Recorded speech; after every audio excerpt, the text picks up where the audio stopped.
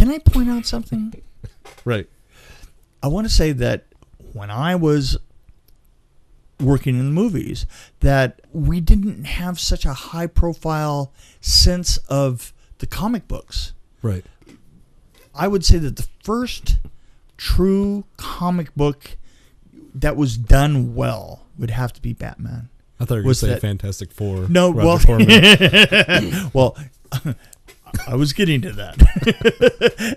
Is this story time? It's story time. It is story time. It is story time. Story time. Story time. It's story time with Mick. Story time with Mick.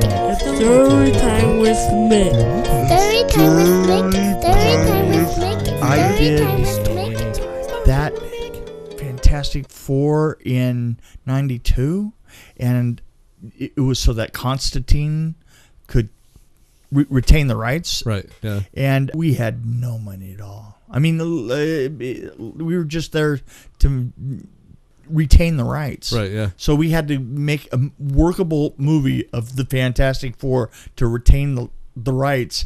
And so we had a lot of, like, there was no effects or anything that had been applied to it. Right. They did later on actually put some on, and that's totally owing to the director himself. Marvel didn't want to have anything to do with it, and Corman really didn't. Corman was done. They were done at the end of the year. That was the thing, is we had to shoot half of it before the end of the year. So we did all the sets and everything down at Corman's horrible lumberyard / stage, and we went away for 4 days. And when we came back, they had repainted all the sets. They had shot like 2 separate movies. They'd taken Mole Man's Lair and shot a movie over there, and then they had shot another one over on the big Dr. Doom's castle. It was pretty interesting. It was funny as hell because, well, he was a B. Don't do that. He was the king of the B movies who would roll stuff out like constantly. No, right? he was not the king of the B movies. He wasn't. He was the king of the foreign release movies. The foreign release movies. Yeah. Okay. No, B movies were so far above the realm of what he did. Okay. No, okay. I guess I never really thought about it. I don't know. No. I mean, very little.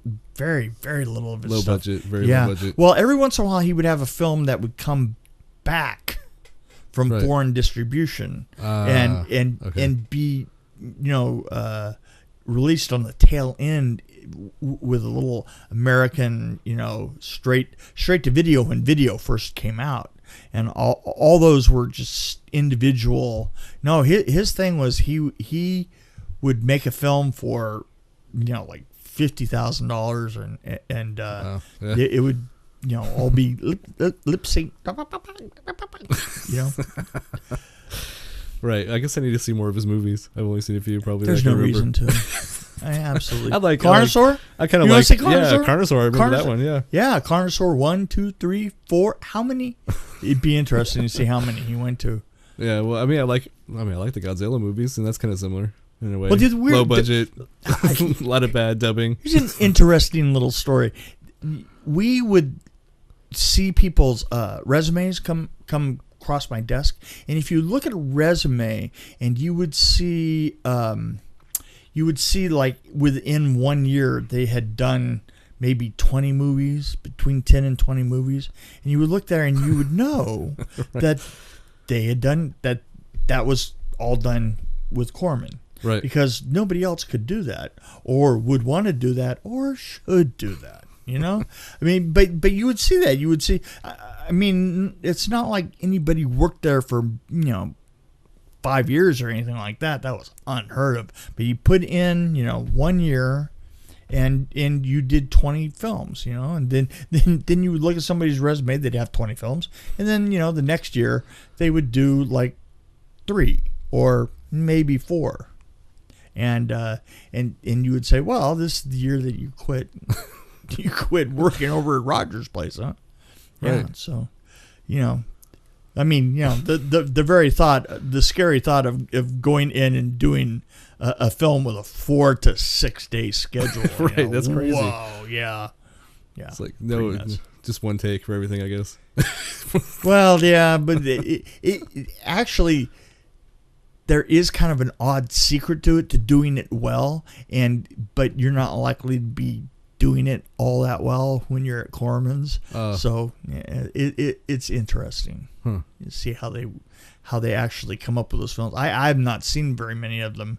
I just know that usually once the camera started rolling, it didn't stop until 6 days was up, and I mean straight. Wow. That's Yeah, amazing. straight through. Actually, it'd be fun to watch them created, actually. Well, but it was more like an annex to a film school, you know? Oh, I see, yeah. It's like it's that other building part of the film school on the other was side there of the like cafeteria. I mean, do you think he did a lot of screaming? Yeah, well, Do no. this now. The camera's rolling. Well, yeah, but he wasn't there. I mean, he would actually write. He'd write quite it a few. and produce it, He pretty would much. write a lot of them, and his name would be on it. But you know, there was just such a constant turnover. But everything was right there on that lot. You know, I mean, here was an old lumber yard, and it had, you know, I guess loosely put, it had 2 big stages and maybe a little other stage, and it had all these flats that had been there forever, and it would have a crew of itinerant workers that he would literally have pull nails out of the flats and take them apart and reassemble them, because you didn't spend new money, Right. you know, on things. Why would you? Right. Exactly. Why would you? Why would you need like safety or anything? Or, Oh yeah, no, it was. But the thing is, the editing was right there. You Yeah. know, everything. And you know, he had rules, like if you were on a location, you couldn't take a generator with you. Oh wow. You had to go. So they would send the crew out, and one of the things that would be in their grip package, and by the way, you know, it would be a bunch of guys just throwing stuff in the back of a pickup. You know, that was your grip truck. The electrician said, I said, well, how do you deal with power? And he says, well, we have 2 of these. and it was basically you know, 3 clamps that you could. The first thing you learned at Corman was how to open up the electrical box to the house next door. Right. That's awesome.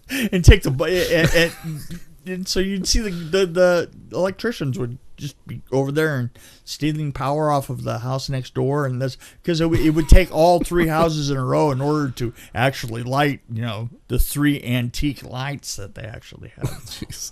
It was pretty interesting.